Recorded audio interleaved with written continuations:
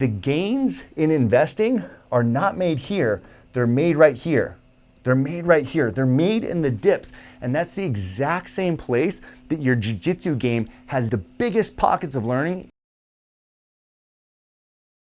If you're thinking about quitting Brazilian Jiu-Jitsu because you feel like you suck right now, please, before you do that, watch this video because I think you're gonna like what I have to say. Now, my name is Brian Dement. I'm a first-degree black belt in Brazilian Jiu-Jitsu, and in addition to that, I've also written 2 Amazon best-selling books on finance. So today, I'm gonna give you guys a little bit of synergy between Brazilian Jiu-Jitsu and finance. We're gonna take the wisdom of finance and we're gonna apply it to Brazilian Jiu-Jitsu. If you're thinking about quitting, before you do, I think this is gonna be very enlightening for you. This chart right here, this is not a Bitcoin chart. This is not a stock chart, but because it looks so similar to what could be a stock chart, we're gonna use this and apply it to Brazilian Jiu-Jitsu and the journey that we go on. So we've done some charts in the past if you've watched the channel. On the y-axis right here, we have confidence, and on the x-axis, we have time. Notice on here, on the chart, there is no reference to your skill. We're not talking about skill.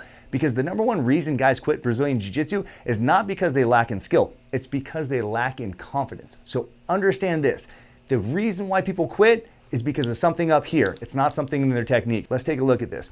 When you start Jiu-Jitsu, you start down here. Everybody starts down here. Your first day, it can be uncomfortable. You know, you maybe came from another sport and you had really good cardio, but then you were really disappointed your first day because your cardio maybe didn't translate, right? Maybe you were a runner and all of a sudden Jiu-Jitsu cardio is a little bit different. And so you thought, oh man, I'm not the stud that I thought I was. You are that stud, but that's what you thought your first day. Or maybe you thought you were a tough guy and you came into the Jiu-Jitsu gym and somebody smaller than you smoked you and you're not as tough as you thought you were. Guess what? You are tough.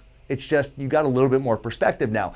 And that's what everybody feels. When they come into the Brazilian Jiu-Jitsu gym, they will start very low confidence, but give it a little bit of time and they're gonna come up here and they're gonna start to develop confidence fairly quickly. Some of it's founded, some of it's because they're getting better and they're having better rounds, and some of it might be a little unfounded. Maybe they don't recognize that upper belts are maybe going lighter with them, but for whatever reason, they are starting to progress. And that's a really good thing. We want you guys to get hooked. We want people to get hooked on Brazilian Jiu-Jitsu because it's so fun and you need to have the itch because it is hard. And if we don't have that itch, if we don't have that desire, then it's gonna be very, very tough.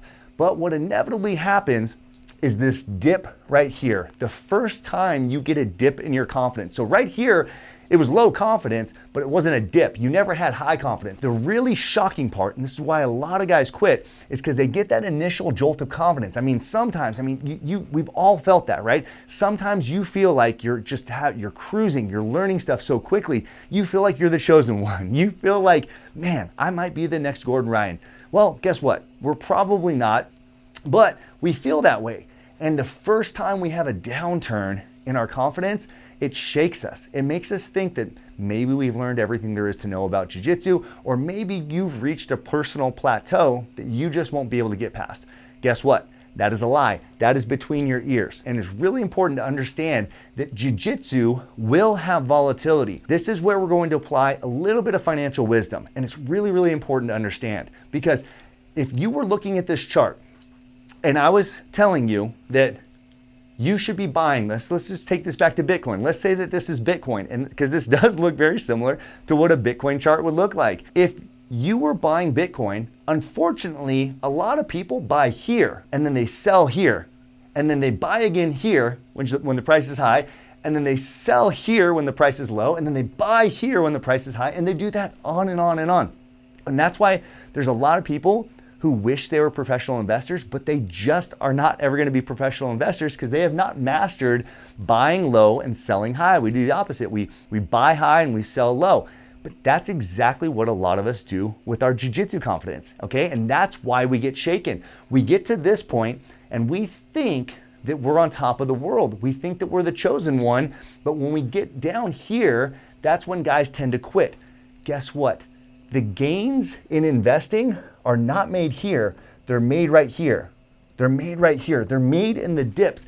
And that's the exact same place that your Jiu-Jitsu game has the biggest pockets of learning in your entire Jiu-Jitsu career will always be in the pits. You'll learn techniques or you'll feel good on the way up, but you will actually ingrain into your technical base, you will ingrain into your memory what you learn about not just the technique, but what you learn about yourself if you continue to train in these valleys. The valleys are the most critical component of developing an expert game in jiu-jitsu. Everybody has this. The sooner you recognize that there is going to be volatility to your jiu-jitsu journey, the sooner you will start to relax and you will start to accept that for what it is.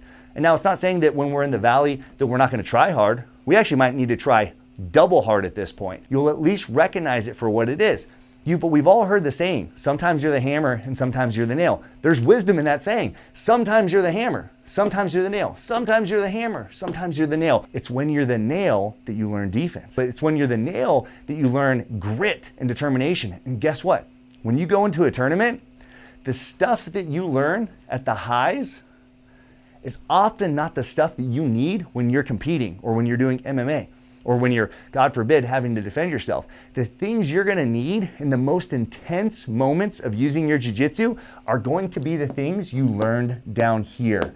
The times that you bought low are the times when you make the biggest gains. That's true for investing and that's true for jiu-jitsu. So if you're thinking about quitting in one of these dips, you're like the person who had Bitcoin, had gold, had Apple stock, and you bought it high, and now you're selling it low. Do not do that with your jiu-jitsu, because guess what? At the end of every valley down, there's always a leg up. Stick around a little bit longer, that leg up's coming.